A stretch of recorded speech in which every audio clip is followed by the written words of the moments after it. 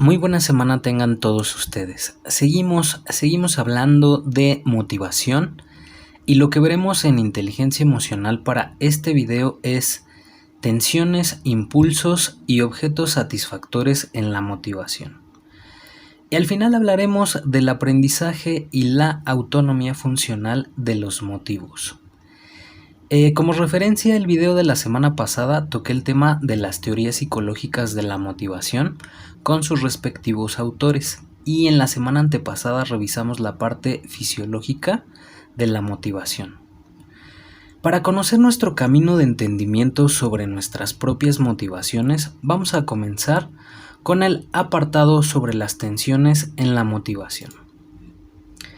Y para comenzar a hablar de esto es importante mencionar que el ser humano es un ser complejo que reacciona a diferentes estímulos tanto internos como externos.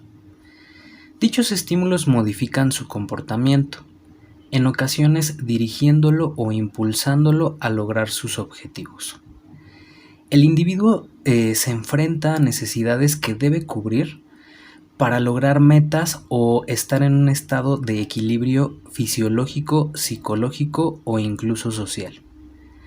Sin embargo, al intentar cubrir necesidades, se encuentra con situaciones que en ocasiones le impiden lograr su objetivo o meta, dejando un vacío en la satisfacción de la necesidad.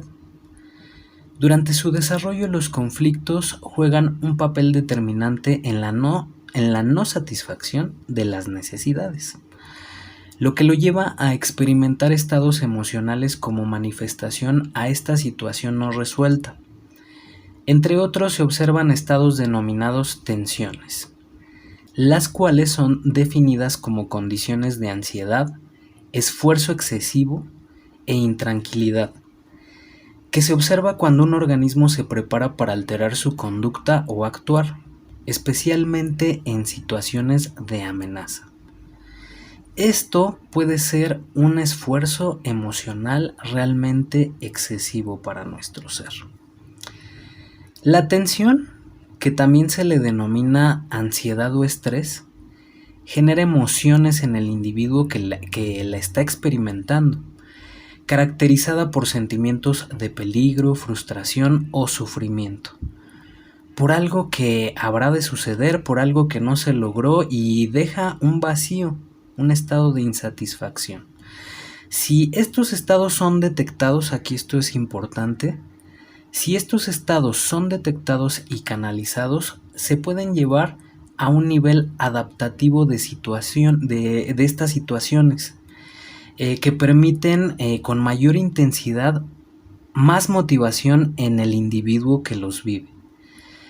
Si no se canalizan adecuadamente, puede reflejarse en estados depresivos, apáticos y de sufrimiento constante en el individuo, aunado a otras circunstancias.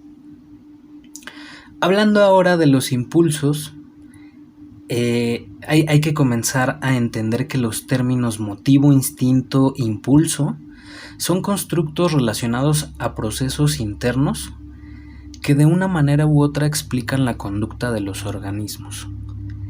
Específicamente, el impulso se relaciona a estados dirigidos a satisfacer necesidades fisiológicas básicas, obviamente relacionadas con la supervivencia. Los impulsos, a pesar de este origen biológico, son moldeados por la experiencia. Esto es importante también. Surgen impulsos para satisfacer las necesidades de agua, alimento, sexo y también para evitar el dolor. Siempre que los mecanismos homeostáticos del cuerpo dejan de mantener un estado de equilibrio, se dice que existe una necesidad y se activa un impulso que hace que los organismos emprendan la acción correspondiente para corregir dicho estado. Aunque los impulsos surgen para satisfacer necesidades corporales básicas, la experiencia, como les decía, juega un papel determinante en la conducta, que provoca par y con la satisfacción. Por ejemplo, cuando el individuo tiene hambre, busca el cómo satisfacerla con ciertos alimentos. Sin embargo, por su historia y sus experiencias, en un ambiente determinado también establece preferencias en cuanto al tipo de alimento que buscará.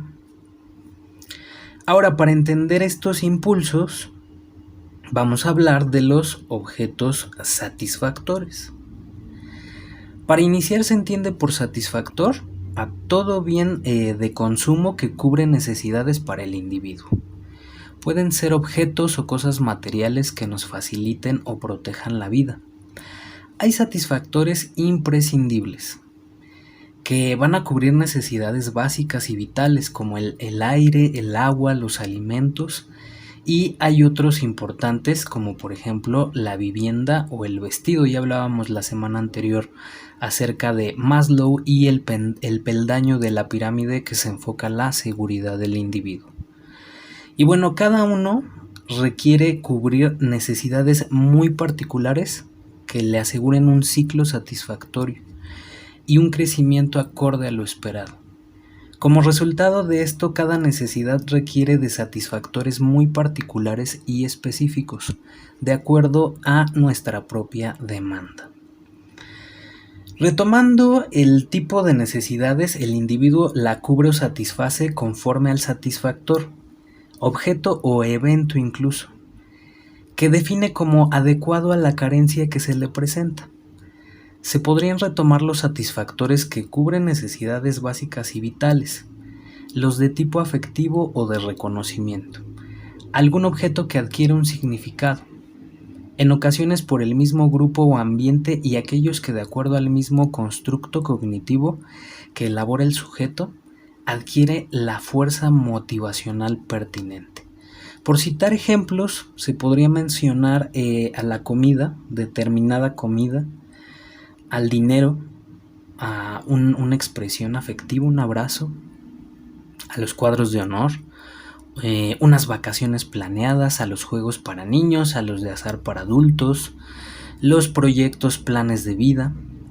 Como ven, cada persona va determinando el tipo de satisfactor que requiere de acuerdo a su momento histórico, social, económico y de desarrollo.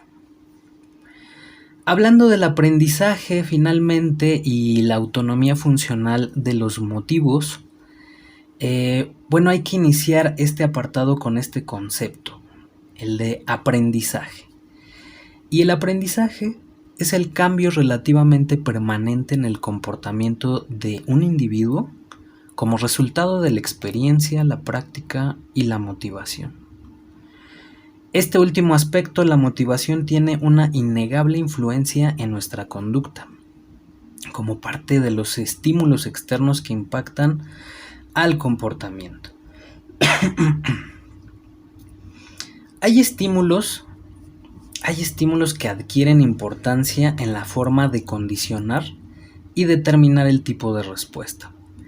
Este estímulo de nombre reforzador, no sé si lo comentamos bien en videos anteriores. Bueno, el reforzador adquiere el poder motivacional para que el sujeto, a través del condicionamiento, incremente su respuesta. En la siguiente figura que observan en su pantalla, se retoma el paradigma del condicionamiento operante y su relación con la motivación del individuo. En esta figura, bueno, vemos que la letra E representa el estímulo que, asociado a R, la respuesta, recibe una consecuencia, que es ER, que se denomina estímulo reforzador. Este elemento es determinante porque al condicionar la respuesta permite la presencia e incremento de la misma. Se convierte en el motivador desde el punto de vista de esta teoría, permitiendo al sujeto, de acuerdo a la gama de posibilidades y a su propia necesidad, buscar establecer el equilibrio y satisfacerse. También el medio ambiente controla la conducta humana mediante los estímulos. Si un sujeto quiere motivar a otro, reforzará positivamente su conducta. Esto es, enfatizará lo esperado, señalando lo exitoso del acto realizado. Los resultados obtenidos en el reforzamiento de la conducta han sido efectivos cuando el cambio del comportamiento es observable. Cada individuo tiene su forma de responder a los estímulos. Esto depende de la necesidad, la historia o la meta que tenga prevista, ya que reciben los estímulos que vienen del exterior en forma distinta. Por esta razón, cada persona siente necesidades y responde diferente ante los estímulos, ante los mismos estímulos. Dicho de otra forma, un individuo recibe el mismo estímulo que otro, procesándolo de forma diferente conforme a su aparato perceptual y a los rasgos de su personalidad, decidiendo a partir de esto el tipo de respuesta que emitirá. La conducta motivada requiere un motivo por el cual ponerse en marcha. Un comportamiento está motivado cuando se dirige claramente hacia una meta. El motivo es algo que impulsa a actuar. Y bueno, por último, una limitante a este planteamiento conductista es la negación del interior del sujeto. Es decir, los estímulos internos, la motivación intrínseca. Recordemos que tenemos motivadores internos y externos, como les decía al inicio.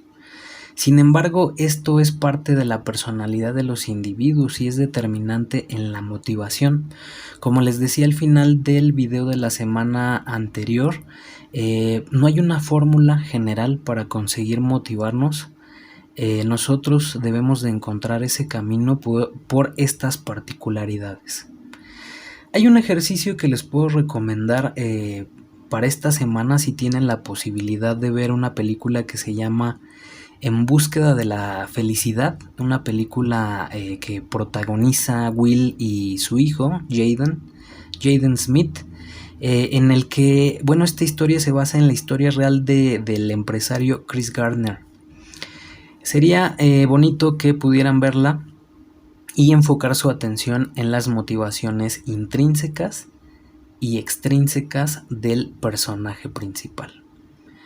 ¿Qué les dice? ¿Qué les refleja? ¿Cómo hace que estos reforzadores, estos objetos satisfactores influencien en su comportamiento? Y como conclusión, para conocer nuestras motivaciones y la forma de conseguir motivarnos conscientemente, necesitamos también detectar las tensiones que surgen en nuestro ser, canalizarlas para llegar a un nivel adaptativo.